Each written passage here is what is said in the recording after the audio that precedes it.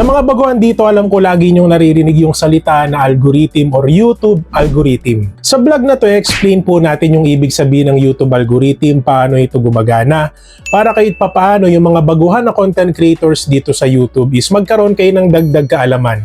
Paano nga ba inoobserbahan ng YouTube yung mga videos natin, paano niya inire-recommend yung mga videos natin, at paano nga ba pwede mag-viral yung mga videos natin dito sa YouTube.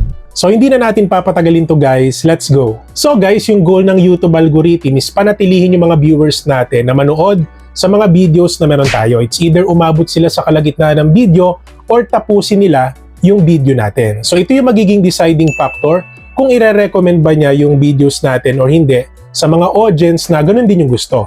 So ano nga ba yung role ng YouTube algorithm sa mga YouTube videos natin? Una guys, hindi alam ng YouTube kung maganda or pangit yung video na gawa natin. So that's why magsisimula ito once na may upload na po natin yung videos natin.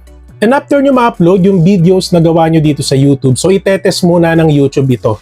No? So ipapakita niya muna ito sa mga subscribers na meron tayo or dun sa mga tao na may gusto ng ganong klaseng content. Okay? So dito oobserbahan ng algorithm ng YouTube kung ano yung pwedeng mangyari. It's either positive or negative. So guys, isa ito sa pinakamahalagang bagay na sinusukat ng YouTube algorithm sa mga videos natin, which is yung CTR, no? So yung click-through rate.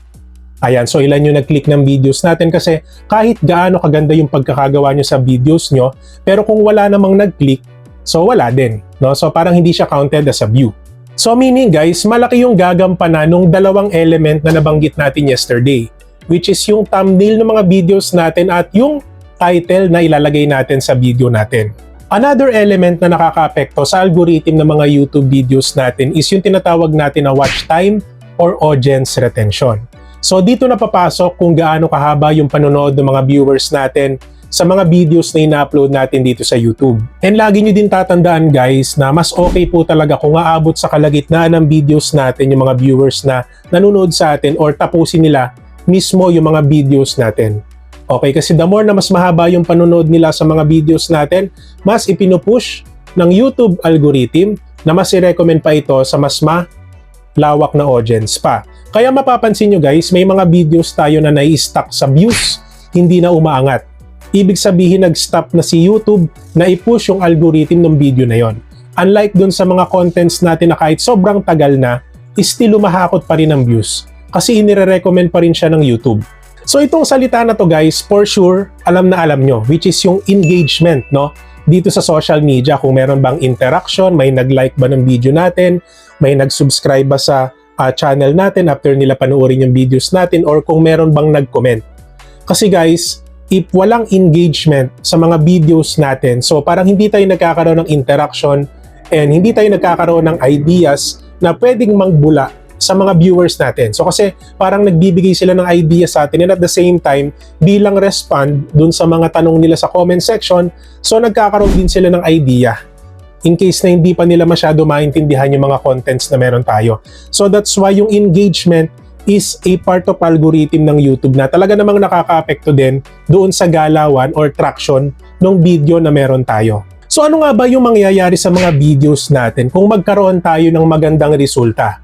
Or let's just say talagang positive, madaming nanood sa atin, matagal yung panonood ng mga audience natin sa videos na meron tayo. So guys, dito na po sisimula ng YouTube na i-recommend yung mga videos natin sa suggested videos, homepage, at search results. At kung hindi naman po naging maganda yung performance ng video na upload nyo, is dito na po titigil yung pag-recommend ng YouTube kahit marami po kayong subscribers. So guys, gusto ko lang paalala sa inyo na hindi po ito one time lang ha. So kahit yung mga lumang videos po natin, pwede pa rin mag-viral yan. Pwede rin pong mamatay din yung views niya, depende kung relevant po yung mga videos natin until now or kung may nanonood pa rin hanggang dulo. So ngayon guys, i-share din natin yung maling paniniwala ng ilang mga content creators na nagsisimula pa lang dito sa YouTube, okay? So ako guys, mas nire-recommend ko talaga na mag-upload kayo araw-araw. Pero honestly, ang mahalaga kasi dito sa YouTube guys is yung quality ng video at yung watch time. Okay? So even though hindi ka naman mag-upload araw-araw, kahit once a month, once a week, okay lang yon. As long as yung video na yon is quality. Kasi mostly ng quality videos dito sa YouTube is tinatapos talaga siya ng mga audience. So ang tendency, nagkakaroon ng madaming watch time yung videos na yon. Okay? So dahil doon, mas nire-recommend siya ng YouTube sa mas malawak na audience pa.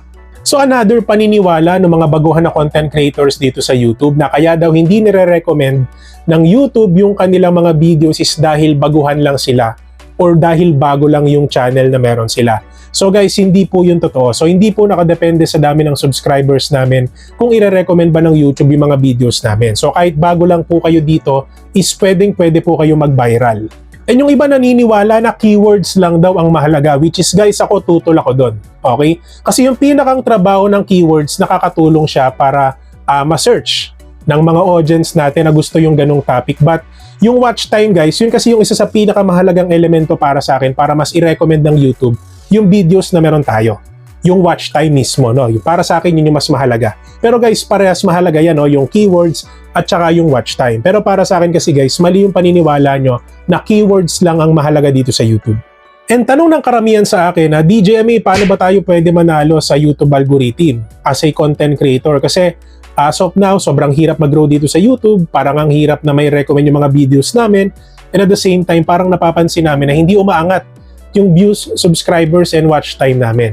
So guys, basic principle, no? So dapat meron tayong catchy title, no? Meron din dapat tayong catchy thumbnails. At dapat alam nyo kung para kanino yung mga videos na ginagawa nyo. Isa din po kasi sa mga napansin ko, lalo na pag nagbabasa ako ng comment na sinasabi ng iba na bahala na DJMA, ang mahalaga, nag-enjoy kami. Bahala na kung mag-trending ako or hindi, ang mahalaga, gusto ko yung ginagawa ko dito sa YouTube. So guys, wala namang masama dun eh. As long as nag-enjoy kayo, para sa akin, masaya ako para sa inyo. But ang nangyayari kasi dito guys, parang wala kayong direction, parang hindi kayo seryoso dun sa ginagawa nyo.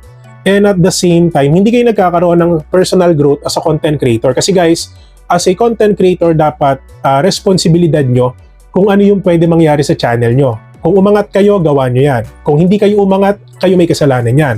Kung kayo po ay na-stuck, yung subscribers nyo, hindi kayo umaangat, hindi kayo nag-grow, kasalanan nyo yan. Pero kung kayo po ay maging successful sa YouTube, so kayo ang may gawa niyan. So lahat ng responsibility, lahat ng nangyayari sa YouTube channel is tayo po ang may kagagawan. Okay, so nakadepende na lang po sa inyo kung gusto nyo maging positive or negative yung magiging outcome nyo as a content creator dito sa YouTube. So sa video naman guys, dapat malakas yung dating ng 5 to 10 seconds, yung pinakang una, and dapat guys hindi rin masyado mahaba yung intro natin, no? So dapat direct to the point agad.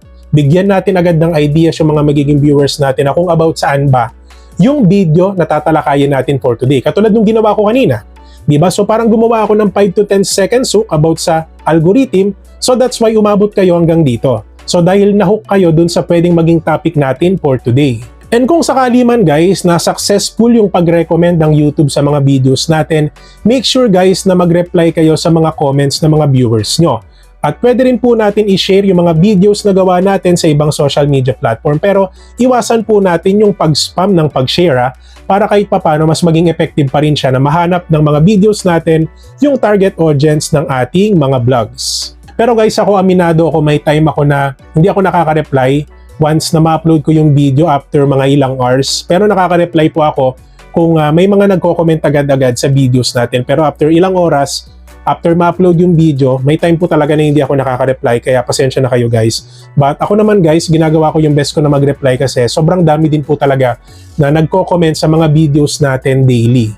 So yun lang naman yung masasabi ko guys about sa YouTube algorithm, no? And hopefully sa mga baguhan na content creators dito or dun sa mga bagong YouTubers na gusto mag-try mag-vlog this year, mas naintindihan nyo po kung paano ito gumagana. Alam ko guys, bilang baguhan dito sobrang hirap po talaga na trabahuhin yung mga channels na meron tayo. Pero guys, lagi nyong tatandaan, kung maging successful man ang YouTube channels nyo or hindi, kayo po yung may kagagawan yan. Tayo lang din po yung gumagawa ng kapalaran natin dito sa YouTube. And kung sa tingin nyo guys, marami kayong natutunan sa vlog natin for today, don't forget to subscribe my channel, DJMA, for more videos like this. At syempre guys, hindi rin po natin kakalimutan na i-shoutout ang ating mga solid viewers na nag-aabang ng vlogs natin daily. Ayan, so mega love shoutout po pala sa inyong lahat. At guys, isang malakasang shoutout sa ating mga exclusive members na nagpa-member last month and this month. Ayan. So mega love shoutout po pala sa inyo at bilang perks guys, ipineflex po natin sila every end of our video at meron po silang tinatawag na monthly community post. Pinopost po natin sila sa ating community monthly para mas makilala po sila ng ating mga subscribers and viewers. So yung pa-member sa ating channel guys is $1 per month lang po yan or 58 pesos monthly. No? And kung sa tingin nyo medyo nabitin po kayo sa vlog natin for today, so meron akong iiwang isang video dito at isang playlist na makakatulong sa mga baguhang YouTubers na mas madami pa kayo matutunan dito, especially sa social media. So yun lang naman guys, maraming salamat po sa panonood and God bless po sa ating lahat.